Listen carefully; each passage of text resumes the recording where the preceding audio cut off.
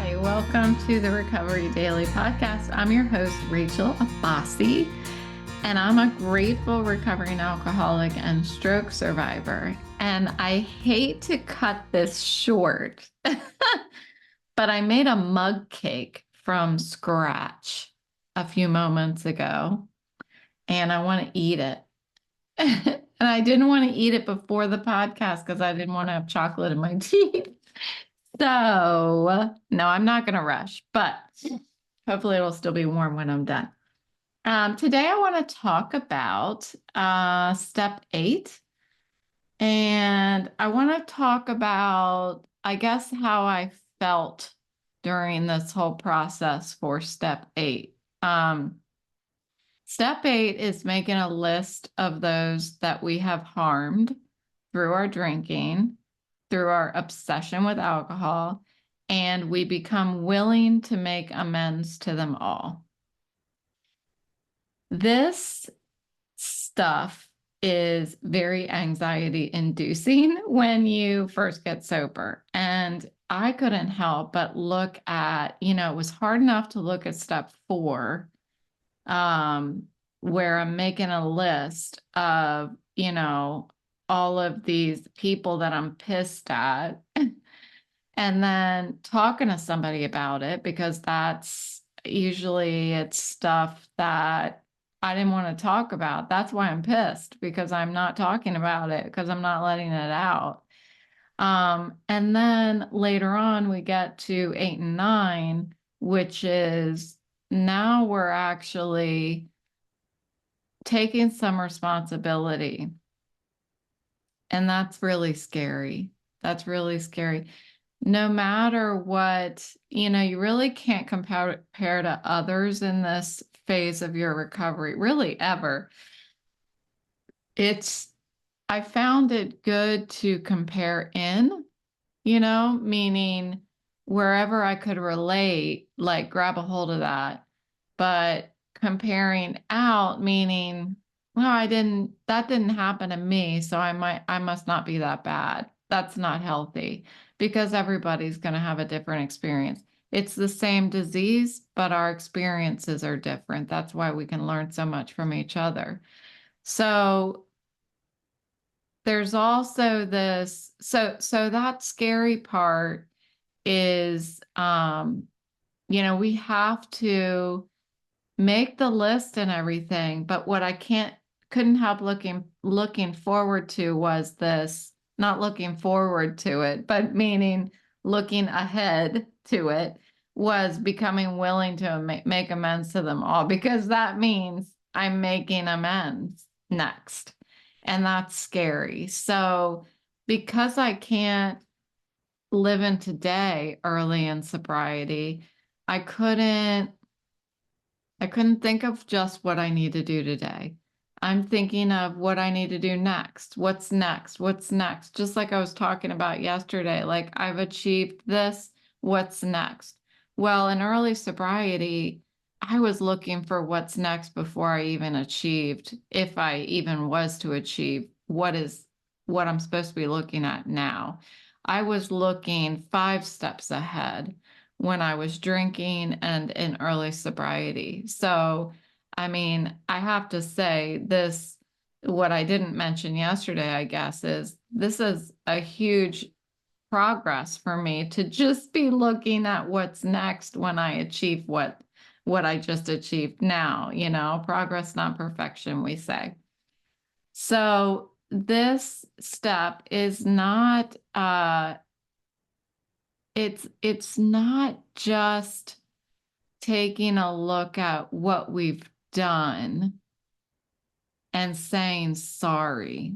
It goes much deeper than that. There's much more analysis there, I should say.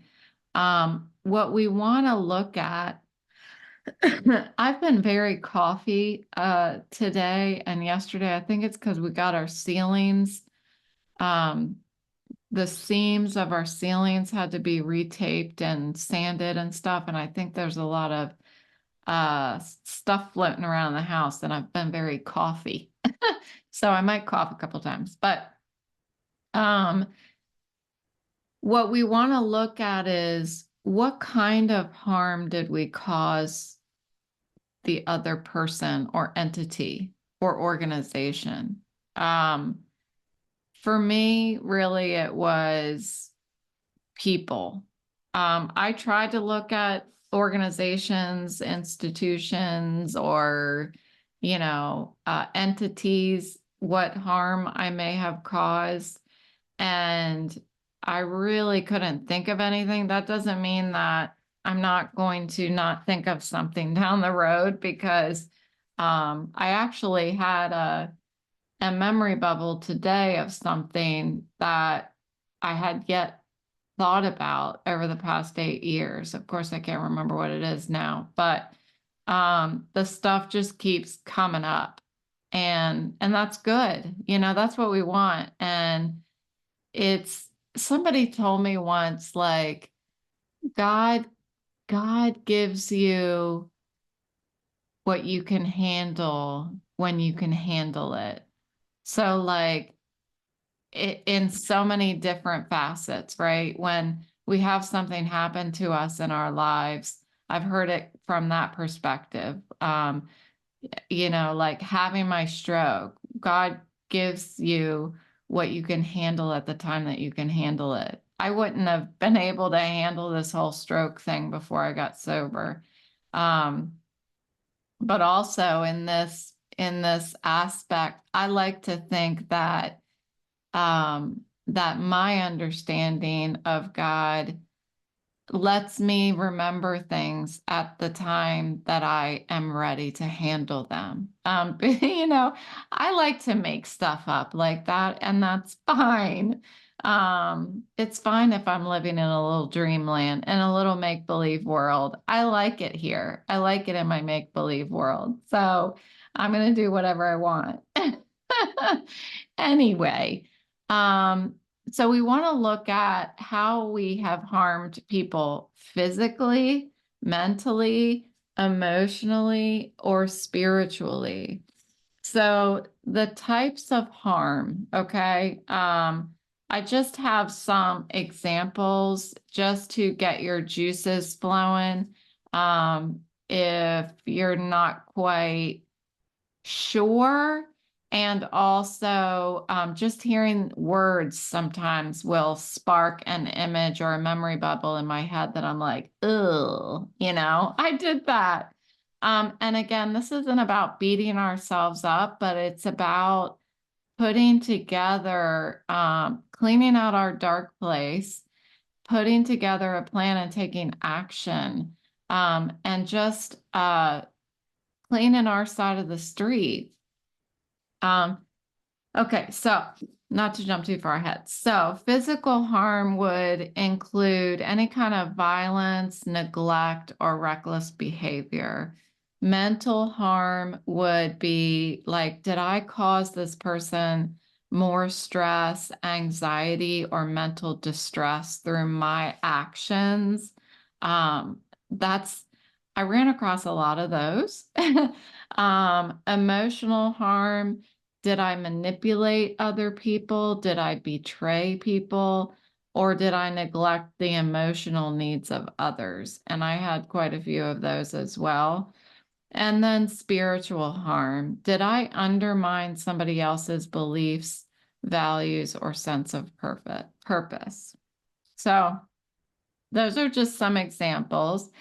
And as we reflect on the harm that we've caused, it is important to identify also the character defects involved in the actions that caused that harm, right? So was it my ego that that led me to manipulate somebody else?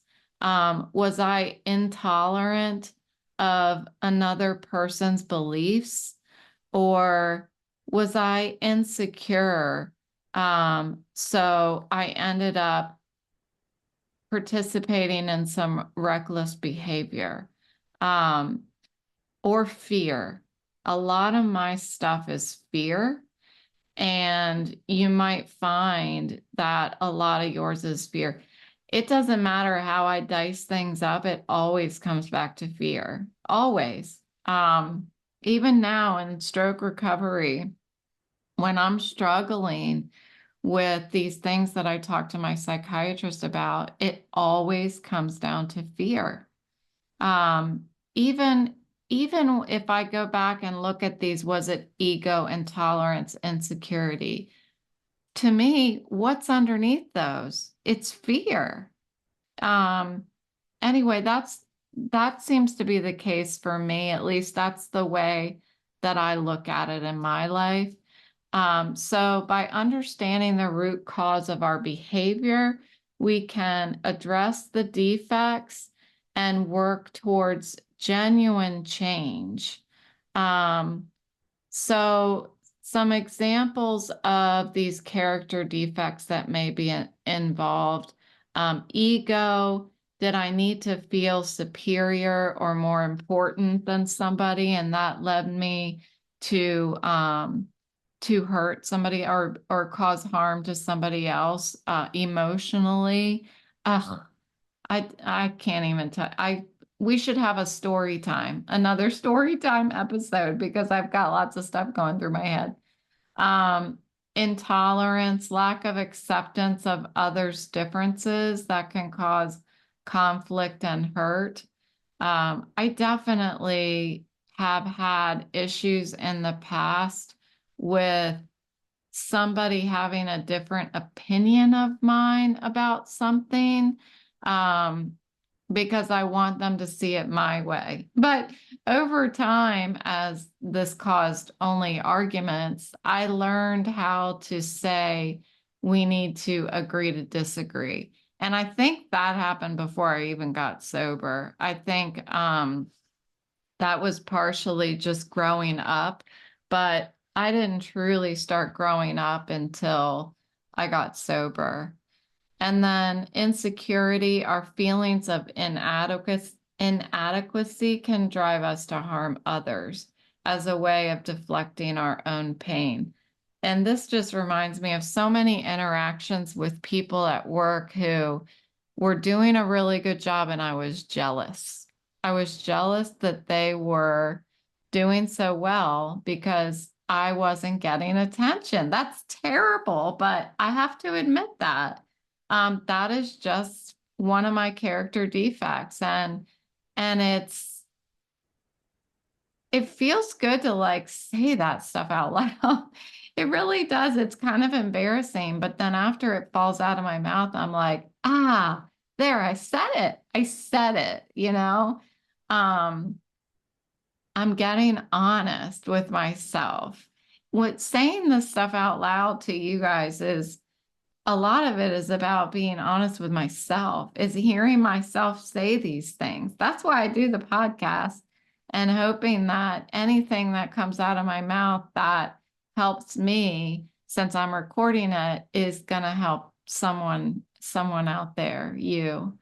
And then fear of rejection, fear of failure, fear of the unknown, uncertainty about the future, fear of abandonment. That always comes up for me. So when I first approached step 8, I had to look at the harm that I had caused. And there were places that I may have talked to other people like I was superior to them. Um, I I really felt like I was nice to people, but when I started to talk to my sponsor about some of this stuff, I realized that my perception of my conversations with people may not be accurate. And so I had to go back and look at conversations I had where maybe my intention, what I thought was my intention, was not. Um, and that's complicated stuff, but it causes me to be manipulative. And recognizing this stuff is painful. It's embarrassing. I feel guilty. It's shameful. There's a lot of negative feelings that happen in the process, but on the other side of it, there is so much freedom. And if you have not experienced it, it's hard to articulate to somebody it's worth it, you know? But it is. The only way to it is through it. That's what I heard once in early sobriety, and I try to say it as much as I can to newcomers, to my sponsee. Um, one of the so once I've done all of this, and it's important to write it down, in my opinion, so that you can really dissect it with your sponsor once you've written it down. Because I am a strong believer that we need to work with the sponsor after we go through this stuff. If you have a worksheet, sometimes worksheets work. There's tons of worksheets on the old interwebs for all the steps.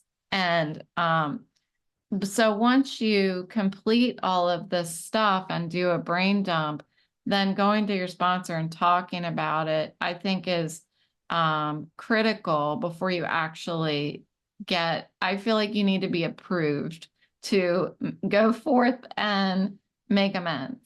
But that is now the second half that is very challenging. Am I willing to make amends? And this willingness requires us to embrace honesty, humility, responsibility, accountability, discipline, and then finally action. There's so much courage that is required to stand up and be accountable for our past behavior, owning up to our actions, accepting the consequences, because that's something that I certainly avoided or tried to avoid when I was drinking. And if I'm honest with myself and with others about the harm that I have caused, that freedom is how it dissipates the harm dissipates like it never existed. No, through the conversation, I have an image in my head and I'm having a hard time saying what it is, but it's like through that conversation, I feel like those words that are coming out of your mouth and the other person's mouth are being set free, being set free into the universe. That's just I have a lot of imagery all the time when I'm talking, but it takes a commitment to the process of the program. Turning off your wanter and doing it even when it's hard. And these concrete steps that have been laid out for us are really designed to repair the harm that we've done. And some people say, now, don't go into this with expectations.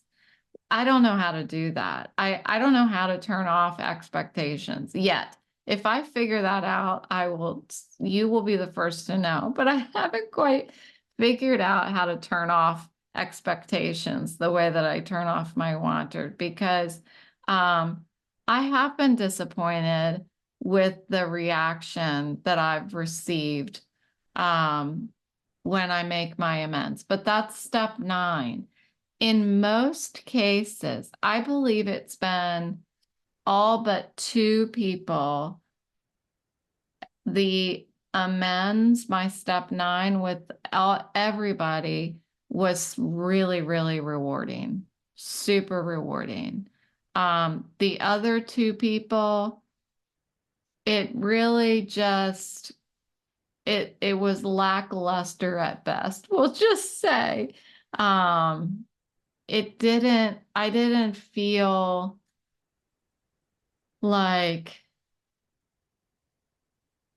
I was heard. And I think that's the expectation part. My job is to communicate, and that's all I can do. And that's what it means by cleaning your side of the street. I can't make the other person understand that I have a disease. Um, I can't make the person, forgive me or anything like that. All I can do is do my best to communicate my honest feelings and my true um, remorse for what happened. Um, but when I do that, regardless of the reaction I have from the other person, my whole outlook begins to change. When I make those amends, I feel a sense of liberation and peace that I have absolutely never thought was possible in my life. And I'm not just full of shit. I mean it. Um, I didn't know I could live like this. The promises of the program say that if we do this, our whole outlook on life will change. And that's what happened. That's what happened for me. And after 42 years of living life, before I got sober, I discovered a hidden layer of joy and serenity that was inside of me. It was already inside of me, but it was buried. It was buried beneath a bunch of pain, a bunch of darkness. That's my dark place. Um, so what I would recommend, if anybody is in sobriety who's listening and you haven't quite done a step 8, the first and foremost, the most important thing I can tell you is don't do your step 8 until you've done your step 7. And don't do your step 7 until you've done your step 6. And don't do your step 6 until you've done your step 5, and so on and so forth. The steps are in order for a reason. And a lot of folks who get sober, when they look at the wall and they see the steps, they're usually on the wall on a big poster or something like that. They look at the steps, they see step 8, and they're like, yeah, I need to apologize to some people. And they start doing it. And there's a reason why the steps are like this, because it's almost like we're learning how to apologize. We're learning how to take ownership of our behavior, our actions, and adjust our mindset before we invite somebody else into our sobriety. And it's just really, really vital that it's done in that order. And I just see it happen so many times. And most likely, if you try to do an amends now before you do steps 1 through 7, you're going to want to do it again when you get to step 8, because you're going to look back and be like, I could have done that. I could have done that so much better. There's a lot of stuff that I could have said, a lot of enlightenment that I have gained since I did steps 1 through 7 that I could have shared with this loved one.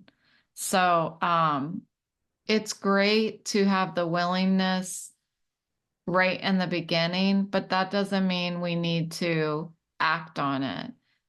It's important to seek guidance from your sponsor, before you just roll out and start being honest and apologizing to people. So, step 8 is really, it's making a list of people that you've harmed, and you may not remember them all at the time that you do your step 8. But it's more than just making the list. You're also taking a look at each person and really thinking about what that interaction was and how, if I think of this person as a human being, what part of them did I cause harm to? And it gets easier to look at that part of them, look at them as a human being, because we've practiced looking at ourselves as a human being.